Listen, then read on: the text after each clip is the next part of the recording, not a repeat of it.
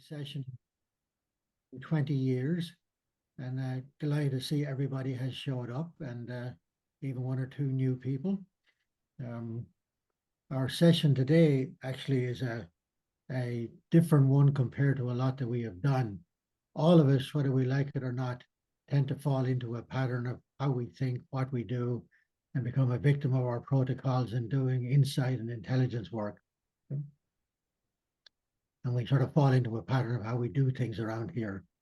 I've known Pat for many years and invited him to come in and maybe shake us to our roots and deal with this thing called the cult of prediction. And I'll let him explain what he means by that. But Pat is a principal in the Future Strategy Group, which I've known for years, who do excellent work in scenarios.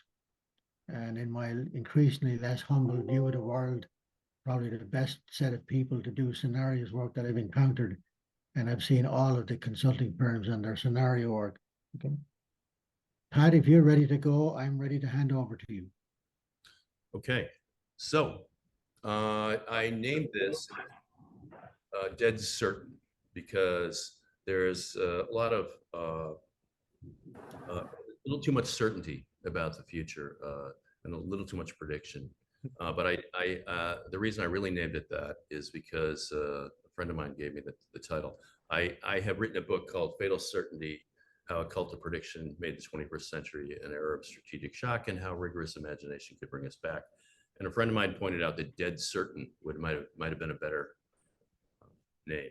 And I asked him why he hadn't thought of this several months earlier. But anyway, what I want you to walk away with from this presentation is there's a cult of prediction that explains a significant piece of why we keep getting shocked in this millennium. It was like somebody flipped a switch, especially in the United States. And all of a sudden we're getting hit with shock after shock. But there's a massive strategic uncertainty that prediction just cannot help us with. But people keep using these predictive approaches as if they're going to work, especially quantitative approaches. They're very seductive. But there's a different way to deal with fundamental irreducible uncertainty, and we need to use it more and refine it, teach it, incorporate it into our strategic decision-making processes, and reward it. And spoiler alert, a lot of the principles of this different way of doing things are going to chime with scenario planning, which I know some of you have done and are familiar with and are good at, by the way. Martha, we've worked together before, so I know you know all about scenario planning. So, starting the ancient model of foresight, Delphi.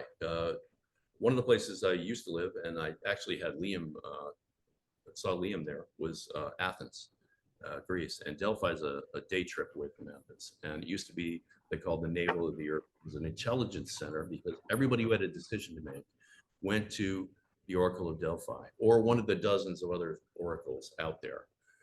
And so it became this extremely important hub for leaders, decision makers, etc. What I want you to walk away with, if you haven't seen that, cult of prediction explains a significant piece of why we keep getting shocked. There's a massive sphere of strategic uncertainty that prediction can't help us with, but people are still using prediction. And there's a different way to deal with fundamental irreducible uncertainty, and we need to use it more and do it better. So the ancient model of foresight. See, I had a nice picture. You can see it. This is Delphi. This is the intelligence center of the ancient Mediterranean, where everybody who had a decision came to Delphi to try to figure out what they should do. And that was because there was very little information out there. This is a notional slide. Say you're King Croesus of Lydia in the 500s BC. And you suddenly have a problem. You've got Cyrus of Persia menacing your eastern border. You're in Asia Minor. You got this big, hundreds of years old empire, and you just don't know nearly as much as you would like to about the things you'd like to know to make this decision. Should I go to war with Persia? So Croesus, being a kind of a modern guy, decides he's going to do some due diligence. So there are dozens of oracles around the Mediterranean world. He sends out messengers to all of them to arrive coordinated 100 days later and asks each one of them, what am I doing now to test the oracles? And for whatever reason, the Oracle of Delphi comes back with what seems to be the right answer, cooking turtle meat in bronze pots. So he says, okay, I've done my due diligence. All right, Oracle of Delphi, should I go to war with Persia? And the Oracle says, if you go to war with Persia, a great realm will be destroyed. So Croesus goes to war with Persia, and a great realm was destroyed, his. So did people blame the Oracle of Delphi for being wrong? No, they blamed Croesus. And you'll see this over and over again in the future as we go through this. The oracles, the predictors are held harmless, and the people that use them are normally blamed for hubris. But over time, since that ancient time, predictive science has arisen. And Laplace is just, he's not the guy who did it, but he is one of the major figures of that rise back in the 1800s. He figured out tide tables for the world. He did all kinds of amazing stuff. He figured out astronomical movements of Venus and, Jupiter and Saturn that had baffled Newton. And he made up this idea that really captured a lot of people and still holds people captive. He said, basically, if you know the positions, velocities of all the stuff in nature and all the forces that set nature in motion and where they are now, you could run it backwards and see what had happened in the past, and you could run it forwards and see the future if you had an intellect that capacious. And a lot of people ran out and said, let's make an intellect that capacious. And some of them are computers today. They think they can predict all kinds of things. And they called it Laplace's demon, this intellect. And Laplace himself didn't agree with it. He thought maybe that God could do this, but he was also the one who told Napoleon, who asked what place God had in his calculation. He said, sire, I had no need of that assumption. So it's interesting. It's kind of ironic that he ended up saying that. So there's this rise of predictive science, and I would say this is the standard view of knowledge and prediction and all that that we tend to have unconsciously. And Laplace talked about imaginary causes being replaced by the widening bounds of knowledge. And as time went on from the ancient world through the Renaissance and the Enlightenment, the scientific method got involved and solved problem after problem after problem. We understood the causalities involved, and the remaining strategic uncertainty at our age now is seen to be very low.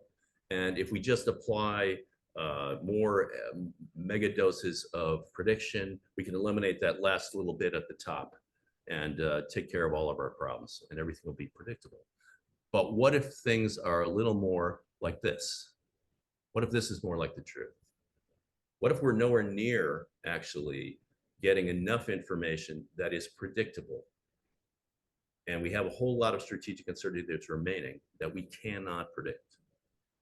And what if we are actually applying modern forms of astrology or oracles in our own way? And you see I put finance on there because there are hedgeable uncertainties, but they tend to go kablooey when the markets go bad, like in 1930s and in 2008. So anyway, just to give some historical perspective on where we are today with respect to prediction. We had come out of, right before the millennium, the last 2 decades of the 20th century, as opposed to the 60s and 70s, which were very tumultuous, were unusually placid and quiescent for Western countries and the United States especially. Just to give you a quick history lesson, for those of us who were alive and sentient back then, in 4 areas. Terrorism. Terrorism did exist, and we thought it was bad, but it was usually very far from the United States, killed few Americans. Unfortunately, one of them was a good friend of mine, Pan Am 103, but I'm not the average American. It was usually in the news and the back pages. It might have made the front pages, but it went away after a few days, and it never really struck home. Wars, the last two wars that we fought in the last century were the Gulf War and the Kosovo War. Not many people remember the Kosovo War. That was the push button war. That was the war that started shock and awe, and it convinced us that wars were cheap with minimal casualties. Kosovo War had 0 battle casualties, and we never put a boot on the ground. We had, I think, 2 training accidents in theater that killed people. But we achieved all our aims, and it was a push button war. We didn't have to put any boots on the ground. And China was noting that. China was living in fear of the United States and thought, wow, they were very impressed. Financial crises that we went through never really touched people on a basic level. We had the S&L crisis in the 80s into the 90s, and it cost a lot of money, but it came in the context of a massively expanding economy, and it was paid out of the treasury funds during a time when we were cutting taxes. So no one really got hurt by the S&L crisis, even though it made a lot of headlines. The other one was the long-term capital management crisis. That was the first hint of too big to fail. Happened in 1998. It was a hedge fund run by a bunch of Nobel Prize winning economists, and they decided they knew better how to predict what was going to happen in the market. They had models, and they used them, and they thought that every spread between financial instruments that were very similar had to shrink over time. And they tried to take advantage of that by using huge doses of leverage, which means borrowing tons of money. They quadrupled their money in less than 4 years. But then in August of 1998, the whole thing went kablooey, and it went down. And Wall Street banks had their heads smashed together by the Fed a little bit, and they bought up the remnants of it and prevented it from bringing down the entire financial system, which it could have done at that time. So it was a very small firm that still was too big to fail, but we got away with it. Public health and pandemics, the biggest, AIDS was the biggest by far. It killed 700,000 Americans and 30 million people worldwide, but treatments were found eventually, and it was happening to quote unquote other people. So it never really entered the American consciousness as something that was a threat to them. And the government and pharmaceutical firms eventually found something that made it a livable disease. So it took 16, 18 years, but it worked. And then the great fear was that the swine flu epidemic of 1976, in which 1 person died, 13 were hospitalized in New Jersey, but a quarter of America was inoculated. But the reactions to the vaccine far outweighed the number of people who ever would have been killed by swine flu. So the entire governmental public health authorities were, their great fear was, we don't want to overreact to a pandemic, because that'll really hurt our careers. So the mindset of the millennium is the world was a predictable place. Increasingly so, because we had these authorities that had expert wisdom, and we had all these brand new high-tech tools for prediction. We had big computers on our desks that were going to help us predict everything. We had databases, which never had existed before. Experts knew what they were talking about and would prevent the worst disasters from happening. And they could predict the future. They could use their systems to do that. Somebody out there knew what was going to happen. And even when bad things happened, things got a little out of control, the institutions and the authority figures that ran them could handle the fallout. The general trend was positive in the world. Remember, at the end of the Clinton administration, we'd had 96 months in a row of job growth. Everything seemed great, judging by the last 2 decades. We were on an upward trend. And then we got hit, as everybody knows. 9/11. Pat, before you get to the then, any questions, comments, observations from the troops? Nothing? And I think it's worth noting too that during that time at the end of the millennium, we had, I mean, the Cold War was sort of already sort of a politically stable system as a bipolar system, but even at the end of that, things were still sort of shaking out. They were. on the east-west front, as far as like Russia and the former, Eastern Bloc states and their relationship with the rest of the world and China and all this. So the complexity of the geopolitical situation was still fairly, nascent at that point, it seems like. Exactly. There were all kinds of things. Nobody really knew what the post-Cold War era was. They called it the post-Cold War era, but Right. it shaken out yet. The as end you of said. history, right? Yeah, an end of history. Perfect. Exactly. It was a great time to be alive. It's like the French Revolution. So we got hit with a millennium of, it's like someone flipped a switch in the United States, and we started getting hit by these wave after wave of things that were big and unexpected and not predicted. And 9/11 was one of those. We had an implicit, the experts had an implicit feeling that it was going to stay far away. And the Bush administration in particular, I can tell you because I was working over there for some distant part of it, they had decided nation states were what mattered. And they were preparing for nation state rivalry. And they thought that non-state actors could not possibly harm the United States unless they had a nation state patron. And that was very much responsible for 9/11 being allowed to happen. That and the FBI and CIA hating each other, which was not helpful. And what followed from that was the Iraq War reaction. And what they did was they thought they were fighting the most recent past wars, which were Kosovo and the Gulf War, thinking this is going to be a cakewalk. Cakewalk was a commonly used term. And they did not account for the huge changes in aims, which was nation building. And they thought shock and awe would take care of everything. Then after that, in 2007, 2008, the global financial crisis hit. And it resulted from belief that the market knows best. And in the recent decades in which the market sort of could be dependent on to regulate itself. And also on over-reliance on faulty quantitative models that were predictive. COVID-19, I've added a little more detail here on this, the most recent one. The hesitance was based on the swine flu experience, so it was past data. The only real useful historical parallel was over a century old in the Spanish flu of 1918, and even that was not a perfect analogy. They also relied on faulty past-based models that identified school closures as the key to controlling the pandemic. If you kept the kids out of school, then they wouldn't spread. They were the super spreaders. For one reason or another, they weren't this time, and nobody understood why. But the key here, I think the biggest point of all, was that experts like Anthony Fauci, whom I love, I think he's a great public servant, fantastic guy. I really like him, and respect him. But he didn't know what his job was at that point. He thought everyone was a scientist. He thought that if he shifted his views on masks, for example, March of 2020, he said people don't need to use masks. They're no good. April, he shifted 180 degrees on that.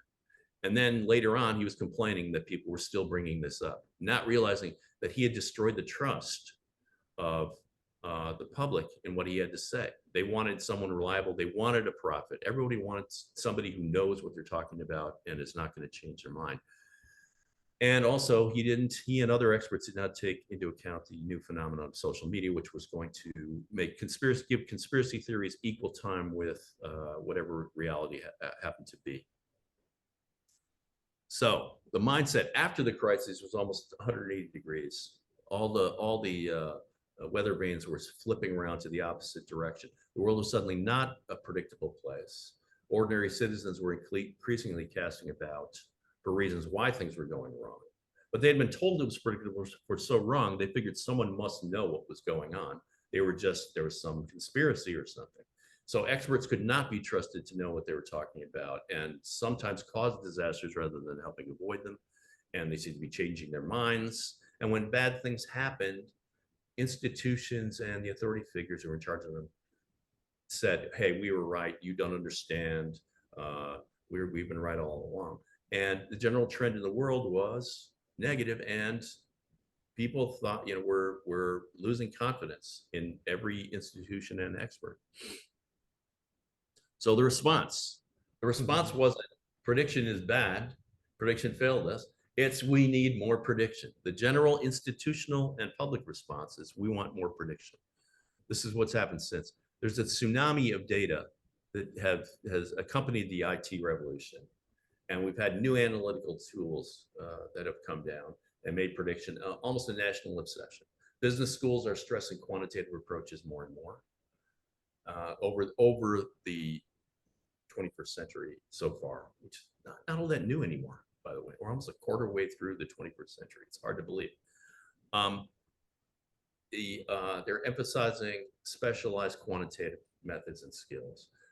Data mining is huge. We're going to find the pony inside that manure pile of data. All data is about the past, so it can't really predict the future. But big data was so big that there had to be something in there. And our tools are getting more and more sophisticated. Let's dig in there and find it. And even at home, people are engaging in predictive pastimes. The online gambling market is out of control. Sports gambling used to be anathema to pro sports leagues. I mean, it brought down the 1990, my grandfather's beloved 1919 White Sox, Chicago White Sox, and was banned from baseball forever. As recently as 1985 or 88, I guess it was, Pete Rose was banned for life from baseball for just betting on college football or betting on baseball games that he wasn't even involved in. And but now every pro sport is advertising gambling on sports during their games. And some of the biggest fortunes out there are to be made from creating apps and gamifying all aspects of life. And so the result was prediction has failed, but it just keeps getting bigger and bigger. And you can see that in a lot of the books that have been written about the future. The first one is an outlier, like rightly so, Black Swan, because Nassim Taleb is one of the only people that has emphasized that the future is not predictable, and he does not incorporate it into his prediction into his approach. Daniel Kahneman in 2011 wrote Thinking Fast and Slow, which was not directly about prediction, but because it was about reasoning and about decision making, that's implicitly about decisions. Nate Silver, when he was riding high in 2012, wrote The Signal and the Noise, Why So Many Predictions Fail, but Some Don't. The professor Philip Tetlock from Penn wrote Super Forecasting, the Art and Science of Prediction. And then just recently, Kahneman wrote another book with a couple of other guys, Cass Sunstein and Olivier Sibony, Noise, a Flaw in Human Judgment. And it's all related to decision-making about the future and predictive, usually.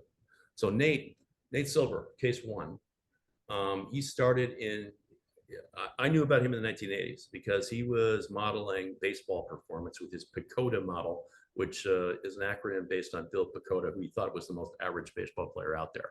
Actually, 249 is a pretty good batting average these days, which never would have dreamed of. And partly it's because he inspired the Moneyball revolution in baseball and other sports, which, by the way, I have to tell you, buy Bruce Schoenfeld's Game of Edges if you're at all interested in the quantitative revolution in sports, because he's my college roommate and it's a bestseller right now, and it's sort of related to this stuff.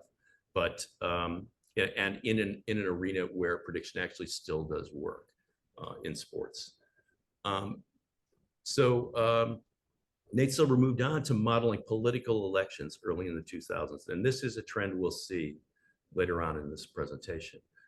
He went from modeling something, baseball, that wasn't strategic, wasn't societally that impactful, except if you're someone like me who was following the baseball teams from youth and statistics and all that stuff. But he picked 49 states correctly in the 2008 presidential election, picked 50 states correctly in the 2012 election, and became sort of a god to, especially the liberals, because those were the two elections Obama won. He was a very reassuring presence to them and an annoying presence to conservatives who thought Romney was going to win the 2012 election, and all this predictive stuff was not going to turn out to be true. But then came 2016, and he did not pick 49 or 50 states correctly. He actually came closer than most prognosticators. One of them, I think it was the Princeton Consortium, gave Hillary Clinton a 99.9% chance of winning in 2016. Nate gave Trump a 29% chance of winning, which happens all the time. It's like a 290 baseball hitter, which these days is a very good hitter. Getting a single, it's a non-event. And to a statistician, it was a non-event, but to the public, it was a big event. So he was seen as having failed, and he said, "Oh, wow." He was a lot like Fauci.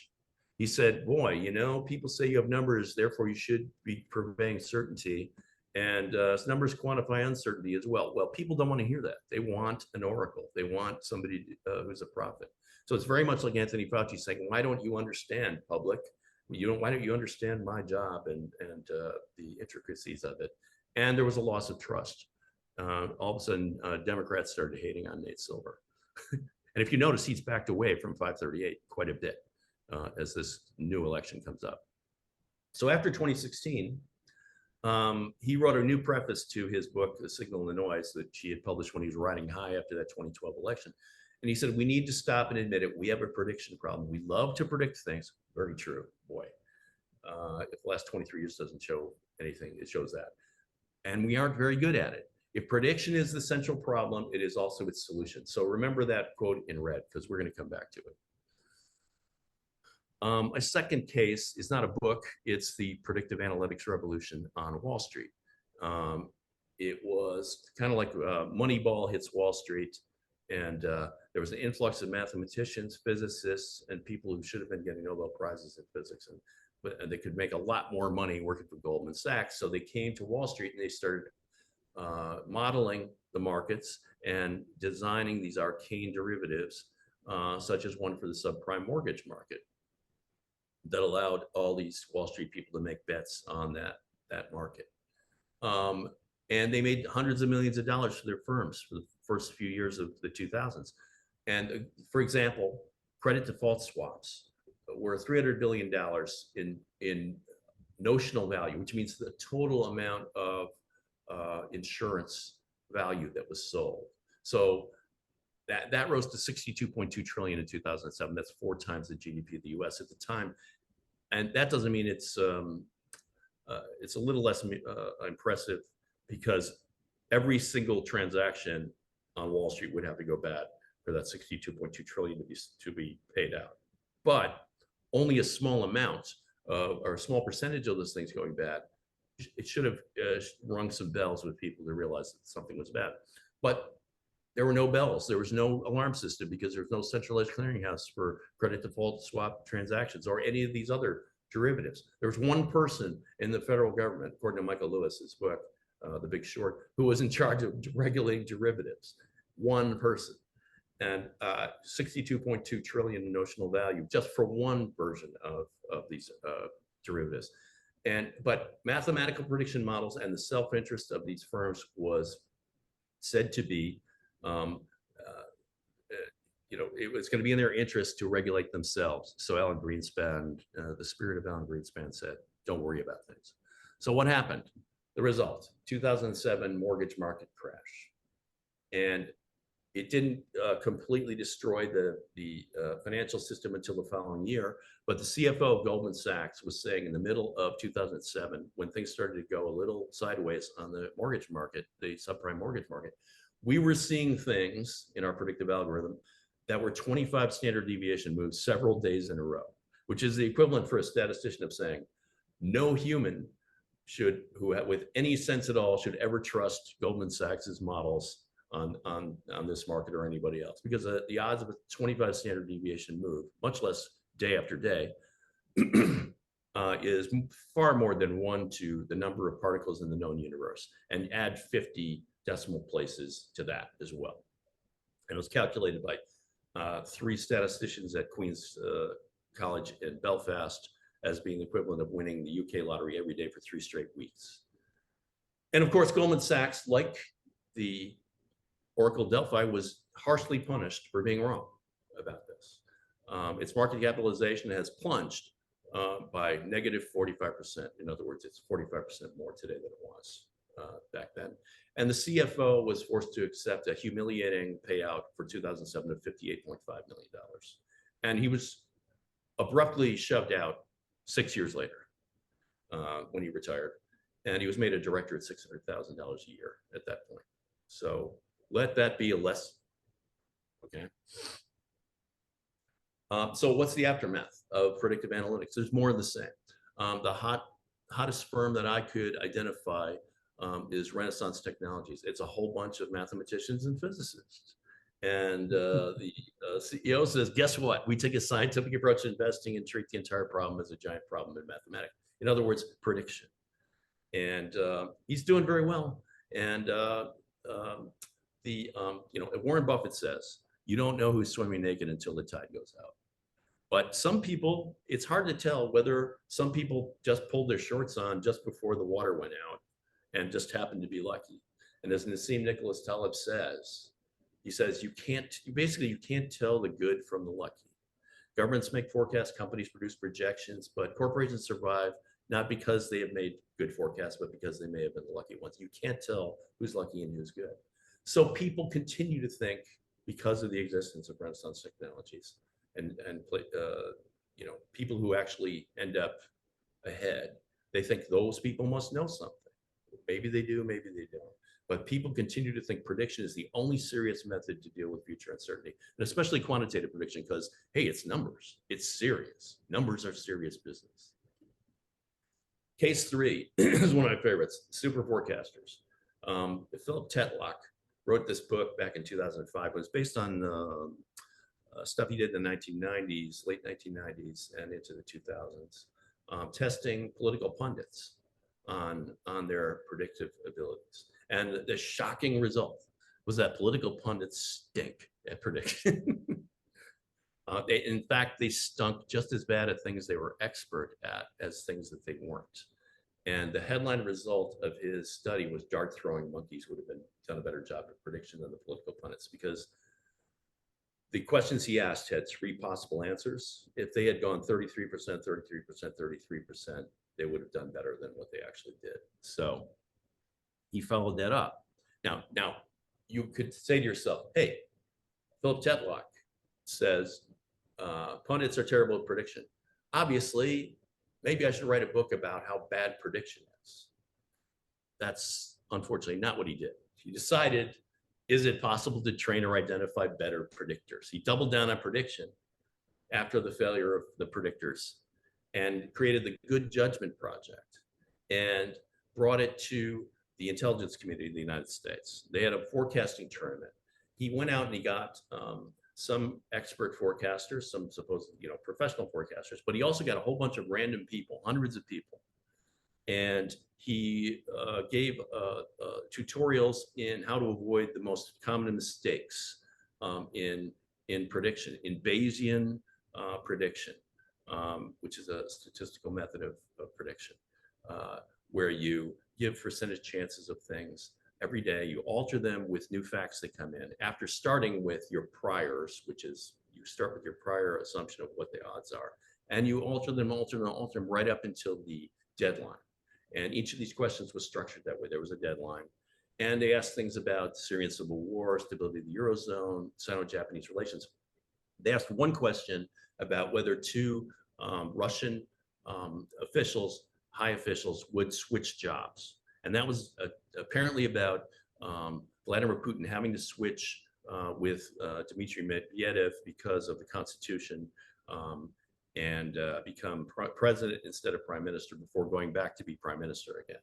And it turned out was kind of irrelevant because they changed the Constitution so that Comrade Vladimir could be prime minister forever. But the upshot was Good Judgment Project won both seasons of the contest. And this catches my eye. 35 to 72% more accurate than any other research team. I don't know what the gap, why, if we're trying to be precise and use numbers, why 35 to 72%, I don't know what that means. But anyway, these folks were still, at last we know, Good Judgment Project participants were still had access to the integrated conflict early warning system of the intelligence community. So, so you all should sleep well, because there are a bunch of random people living in their mom's basement who are keeping track of the early warning signs for nuclear holocaust. So they're still used today. And these are the kind of questions that they answered for the intelligence community. The Economist magazine asked them to predict things in November 2022 about 2023. And you can see these are the kinds of things that they said. They had global growth between 1.5 and 3%, outcome of Turkish elections. 71% of them said Erdogan was going to win, and that occurred. So if you look up and down at first blush, they look like they're doing pretty well. Will there be a general election in Britain? 90% no, and that appears to be right. GDP growth in China, they said 3.5 to 5%, 5%. I don't know if you can trust those numbers. They're IMF numbers. Again, they had to be strictly defined, so they're using the IMF's estimates, which could be politically altered, I guess. Will Russia detonate nuclear weapons in Ukraine? Their judgment was 95% no, their consensus judgment. So these are the kinds of things that the super forecasters are being used for, both in the intelligence community and for the economists and people like that, and Bloomberg, I think, too. So back to Nate Silver, in thinking about these predictions. He said, if prediction is the central problem, it is also its solution. So now I'm going to proceed to the central slide of my presentation here. Wrong. Prediction is not the solution. Prediction itself is the problem. It's the problem. And it's specifically prediction of strictly unpredictable things. And to go back to the super forecasters, back to those predictions that I just showed you. I'm going to keep throwing this up there so you'll get a, you'll get a good look at these. Look at all these different things. Imagine you're a leader that is intimately involved in making decisions about each of these things. These have impact on your world of work. Okay. What decisions could you make as a result of any of these predictions? If someone said, will Russia detonate nuclear weapons in Ukraine? They said, we have a 95% confidence that they won't detonate nuclear weapons in Ukraine. Could you make a decision based on that? And my answer is none. You couldn't make any decisions as a result of any of these estimates. So, well, how about what are these things? Which of these things was actually predictable with certainty? Could you be sure that Russia was not going to detonate nuclear weapons in Ukraine? Could you be sure that Erdogan was going to win or lose the election in Turkey? That Russia and Ukraine would or would not sign a peace deal? Could you be sure with certainty? And my answer is not. You can't. You could not. None of these things was predictable with certainty. Question number 3. Okay, forget about 100% certainty. Did you, for any of these predictions, were you certain enough that you would not have to plan for the alternative outcome? If 95% opinion that Russia is not going to detonate a nuclear weapon in Ukraine, does that mean you don't have to plan, if you're the United States, for a nuclear weapon going off in Ukraine? And my answer is none. For every one of these questions, if its outcome was important to decisions that leaders would have to make, even a 90+% probability would not eliminate the need for contingency planning. Each of these things falls under the category of the fundamentally uncertain. So, leadership is about decisions. It's about decision making. When you're a leader, when things are going bad, everyone turns to you. All those faces are looking at you to make a decision. And when it comes to these mission critical decisions, 53% or even 95%, sometimes 99% is not enough. And probabilities are extremely misleading. When an expert comes to a leader, leaders are by definition usually not experts in everything. They may be experts in one thing that caused them to rise. But when an expert comes to a leader and says, there's a 95% chance that this will happen, they're going to say, gonna happen. They're going to shorthand it into it's going to happen. Or if it's 95% chance that it's not going to happen, they'll say, not going to happen, next. But it's misleading. It's misleading for decision makers. So I made up a bunch of 2x2 matrices because I'm a consultant and that's what we do. And, Hi, my name's Pat, and I'm a consultant. Hi, Pat. 2x2 matrices. I decided, Pat, hey, Pat, before you yeah, get there, 'cause I know where you're going, any reflections, comments, observations? This is an ordinarily quiet group. It must be Friday afternoon.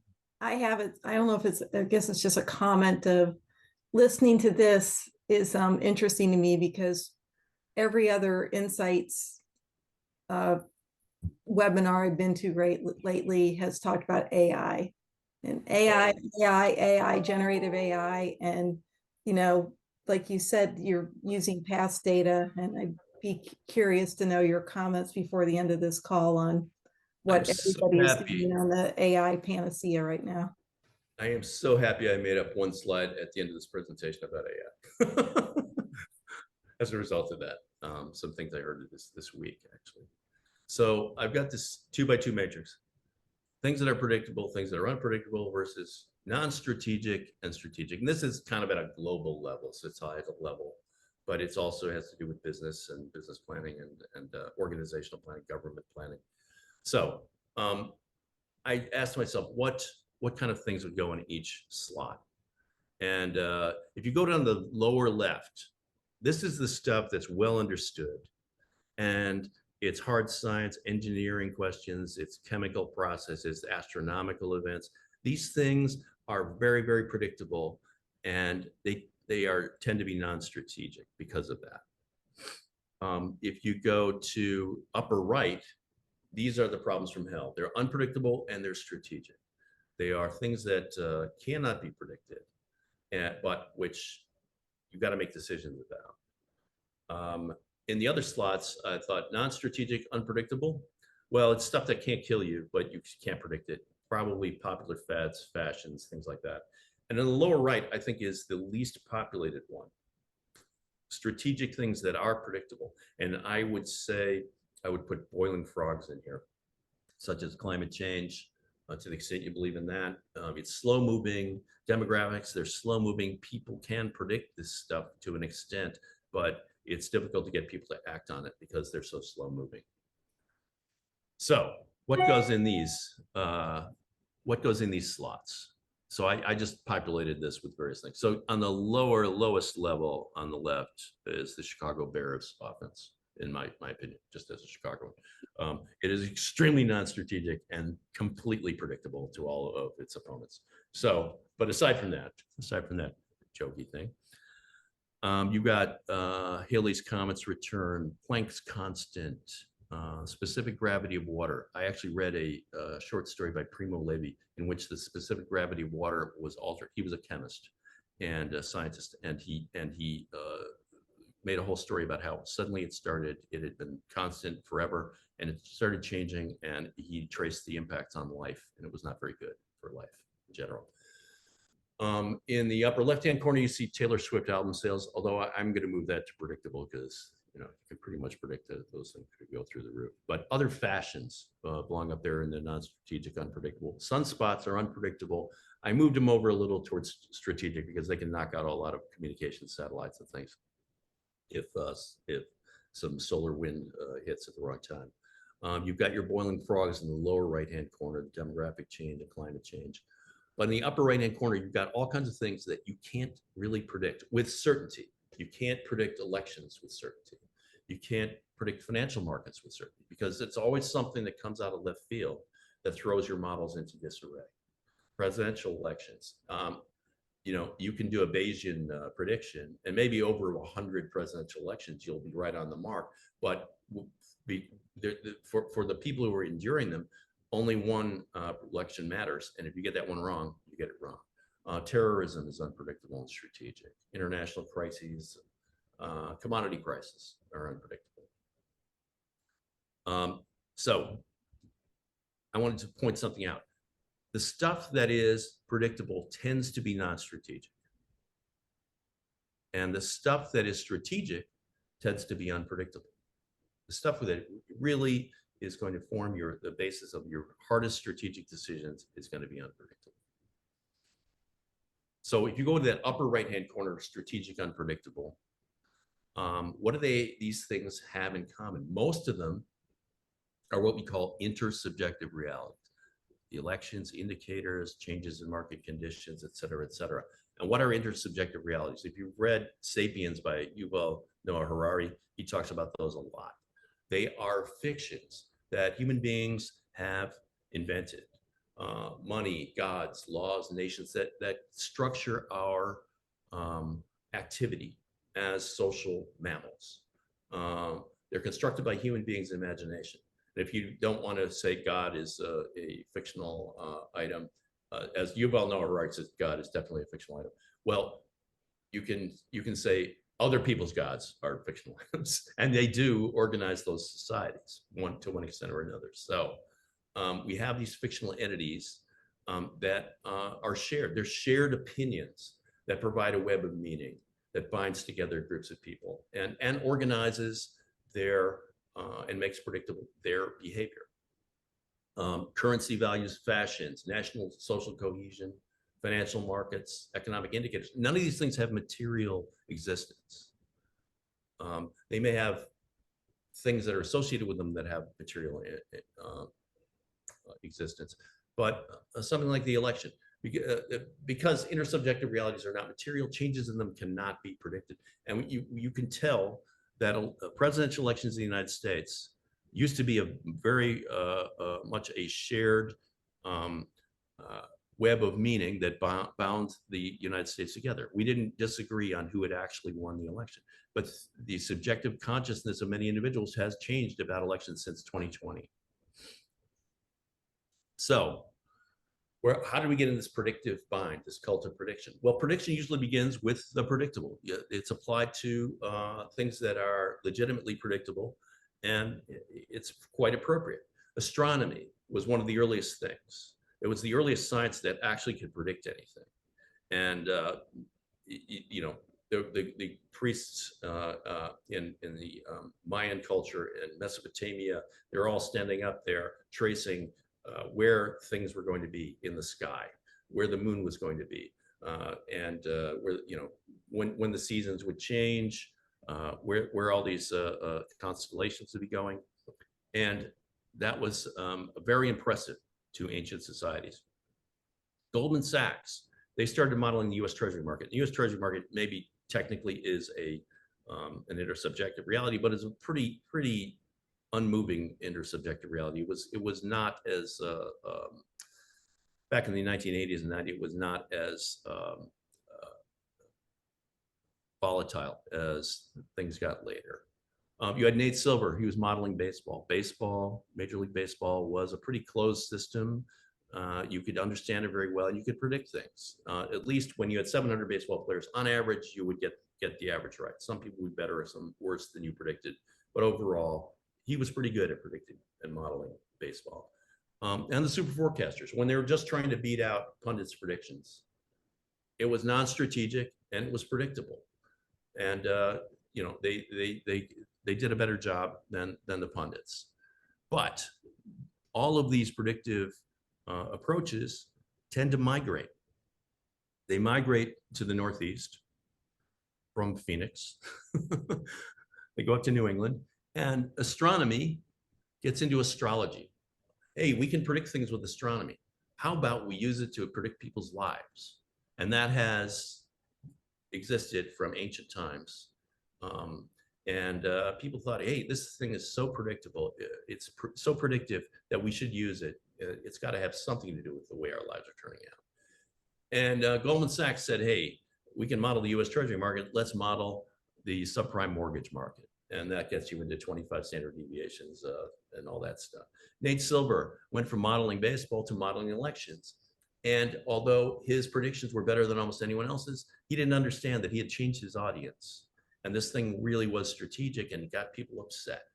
And super forecasters went from trying to beat out pundits' predictions in the 90s and the early 2000s to now they are involved directly in critical intelligence matters. So the things that are strictly unpredictable and for which Bayesian forecasting is inappropriate. I got a fourth case here that I'm throwing in here because it's a separate case, and I have a huge amount of respect for Daniel Kahneman. He wrote Thinking Fast and Slow, which was about decision making, and decision making is always about the future by implicitly. You're asking, what should I do about something, and hopefully have a future outcome that you're affecting. He identified 2 modes of thought. How many of you folks have read this, Thinking Fast and Slow? Anybody? Yes, I mean, I have. I studied this. My PhD was based on this. yeah, and I studied Kahneman and Tversky in University of Chicago Business School, when I probably should have been reading about finance and IT. And I always found it fascinating. He won the Nobel Prize for economics, even though he's a psychologist. And what he does is quite legitimate, but as you'll see, I don't think it covers everything that we need to plan for the future. So he had system 1, which operates automatically and quickly. These are 2 modes of thinking for human beings. And system 2 is much more effortful, and you have to pay attention to it. So examples of system 1 are detect that one object is more distant than another. You don't really have to think about that actively. Orient to a source of a hidden sound, and all these other ones. Answer 2 + 2 equals, well, hopefully we can answer that. Drive a car on an empty road. You don't really have to, you can think about a lot of other things while you're driving a car on an empty road. System 2, however, requires attention. You're bracing for the starter gun in a race, focusing on the voice of a particular person in a crowded, noisy room. Getting harder and harder for me. I don't know about you guys. Maintaining a faster walking speed than is natural for you. You've got to pay attention to that. Count the occurrences of the letter A in a page of text. 53 on this page, by the way. That required some effortful mental activity on my part, I'll say. So these are all effortful, but what I would ask is, which system do you use when you're creating something or imagining the future, say? Not system 1. Obviously, you're not using that reactive system, but it's not really system 2 either, because both system 1 and system 2 assume that you have a defined task or object for analysis. And that's what's defining the task, is what's involved in imagining things like the future. So if you look at system 2 again, every one of these things has a defined task involved. Looking for a woman with white hair, well, that's your job. Parking in a narrow space, it's a job. It's a task that's defined. Compared to washing machines for overall value, it's a task that's involved. Check the validity of complex logical argument. Well, you've got the complex logical argument there. You don't have to make it up. So what about when you do have to make it up? Which system, this is a question I like to ask, was Kahneman using when he was writing Thinking Fast and Slow? I mean, it's kind of a defined task, and it's effortful for sure, but he needed to use imagination. And that's why I would posit system 3, imagination. I think he probably would agree with this. And he would agree with the limitations. There's certain areas of human cognition and human decision-making that are not covered by either system 1 or system 2. And it's the creation of a completely new object. And this gets me into my, what normally would be my marketing pitch. I think my partners would like me to just do a straightforward, crude marketing pitch, but I can't do that. But I do want to. Before you go there, the Kahneman book, we have encountered that in probably 5 or 6 prior ILF sessions in one form or another. We spent a fair amount of time going through it. And for anybody who has not read this beautiful long book, it should be mandatory reading. Yeah, it's great. Yeah. As far as it goes. Yeah. But it doesn't go, Yeah. It doesn't go to the area that is concerning us in terms of fundamentally uncertain future stuff. So yes, I absolutely recommend Kahneman's book. In fact, all of Kahneman's books. But with the future, you cannot predict or analyze the future, because to analyze, you need something to slice up. You need something to, you need an object. There's no object to analyze when it comes to the future, because technically there are no facts about the future. There's no data about the future. All data is about the past. And you can go back to David Hume for that. He was one of the first to point that out. It's a very inconvenient fact. But if you can't predict it, what can you do? You can anticipate it using rigorous imagination. That's what we like to call it. And quite frankly, we're trying to elucidate in my book, we're trying to elucidate more general principles that apply to scenario planning, because we've been doing it for 30 years. So we call it rigorous imagination. It's a different kind of rigor than mathematical rigor. But if you want to bring your analytical faculties, which we all have honed to get to where we are today, to bear on the future, you're going to have to create a fictional object for analysis. And to do it rigorously, you're going to have to imagine that object and imagine multiple objects for analysis, because there's no certainty about the future. You can't predict it. So you've got to imagine a range of possible futures and then apply your analytical faculties. So some principles of rigorous imagination. You have to take seriously the fact that the future is a fog. A lot of times it's foggy out here and you can't see anything. But I've got a mental model of what's out there, so I know that there's a bridge over there and there's the other side of the harbor over there.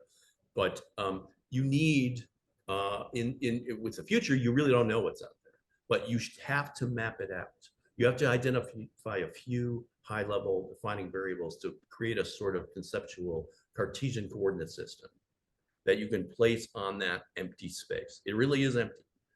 But once you do that, you can start drawing conclusions about what may be, not what will be, but what may be.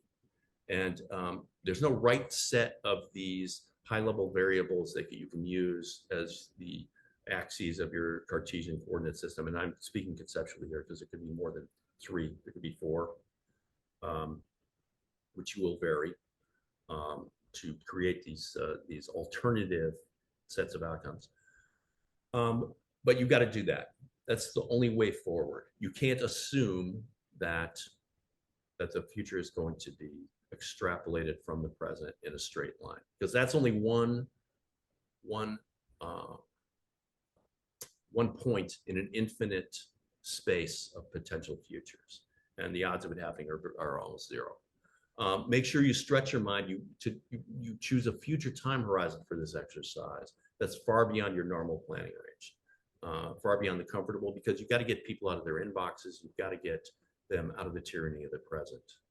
And don't allow probabilities to infect this, because if you get 4 or 8 or however many different scenarios in the future, sets of conditions, the odds of any one of those things happening is 0. Because once you have something that's detailed enough to do planning against, that will spark creative insight about the future, you've already added too many details for that thing to really come true. And I can tell you, just from experience, that I did a, and this is in the book, opens the book, a scenario in 2003 for the United States Coast Guard about a coronavirus that comes out of China and comes to the United States, kills hundreds of thousands of people, wrecks world trade, starts anti-Asian sentiment, makes teleconferencing an industry for the first time, causes air travel to go down, and a bunch of other stuff. That was in 2003. And it was even a coronavirus. I called it SARS-2, which technically SARS-CoV-2 is the name of COVID-19. But I got a lot of other stuff wrong. I said China would be hurt worse because they were the source of the contagion. I said the US would do well because we have so many resources for public health. And I did not anticipate there would be such division in the US that people would not follow public health guidelines. And we never even talked about vaccines. So that we got a lot of things wrong. And it happened in 2005 also. But so you're never, none of these alternative futures are going to happen, and there's no probability of them happening. They just are there to spark spark thought about what could be. The other thing is working from the future back. This is terrifying, actually. If you stipulate a set of future conditions for 2050 or something for your world of work, no matter how improbable they are, you will be able to tell a story of how you get from the present to there. And that shows you just how much fundamental uncertainty there really is in the world. It's kind of scary how easy it is to tell these stories, at least once you get in the swing of it, like I've been in the last 30 years. And when in doubt, stretch the possibilities. We had another client, Panama Canal, and they were looking at 43 years. And we wrote 5 scenarios for them. They wanted to see whether they should cut new locks and lanes for the canal. And we had one scenario where there was climate change, and we said they would have drought. And the client came back to us and said, we got to throw this scenario out. It's going to completely discredit the entire effort. And thank God we barely held on and said, no, please, we need this in there. It balances out other things, et cetera. Within 18 months, our client was calling us back saying, I am living your damn scenario. We are putting fires out on the canal, and we have draft restrictions for ships. And that was in 1999, I think. And so we had to look 43 years out. It tells you about the time horizon to anticipate 18 months. So some of the kooky stuff that comes out of this is going to take place before, a lot of it won't, but it will take place long before your horizon date comes to pass. The key thing, you need to be willing to be wrong. You're going to have to anticipate 5 things that are that plausibly could happen to anticipate the one big thing that does happen. And you need to plan for each of them because you don't know which one's going to take place. But at least you'll be thinking about all these things. And the goal is, again, is to imagine an arbitrary number of future eventualities of strategic interest that'll affect the strategic decisions you have to make, and make strategies about them for them. And this gets to AI. Don't imagine you can set up a quantitative model or app up front to do this, because to do that, you would already have to know what potential decisions, what the framework you will be living in, and what decisions you have to make. And it's all be fed in the computer and be hidden away. But the fact that you don't even know what those might be is the whole reason for doing this sort of rigorous imagination approach. And now I get to AI. I'm glad I came up with this, I think yesterday, actually. I was listening to a podcast about AI, and it was talking to Jeffrey Hinton, who was on 60 Minutes recently. And he was talking about how he thought the AI could take over the world and get consciousness and destroy us all. And I'm of the opinion right now that we're more likely to be killed by dumb AI application, allowing AI to take over our nuclear weapons strategy or something, and having it do things without imagination or whatever. But my feeling right now, the biggest neural net we got is 10 trillion synaptic connections of one type right now that Jeffrey Hinton had. But artificial intelligence is trapped in the prison of the internet. It's trolling the internet, but reality is not completely in the internet right now. AI bots can't walk outside of the internet and see things that are actually going on in the world. Not too much. There's some sensors and things that get fed in, and increasingly that will happen. But to this point, we have 8 billion neural nets walking around outside, connecting with other neural nets of this similar type, with 100 trillion synaptic connections of 100 different specialized types, and plus the ability to directly sense the world with our hands, with our eyes, with our ears, everything. And so I think this rigorous imagination game may be our comparative advantage over AI for some time to come. We have imagination. We can think of things. There are things that are not on the internet, that combinations of conditions and factors that just don't exist on the internet right now. No matter how much trolling they do in the internet, the AI bots are not going to find it. But we will think of it. I think human beings are thinking of things like that all the time, and it's outside the internet. So I think maybe we might be able to save ourselves a little bit, or at least have some sort of residual skill that AI won't have. And the final thoughts. We suck at this. I suck at this, at this imagination game, this rigorous imagination, imagining futures. This type of lateral thinking approach has been around forever. Edward de Bono was writing about lateral thinking in the 1970s. Peter Schwartz wrote The Art of the Long View in 1991, I think.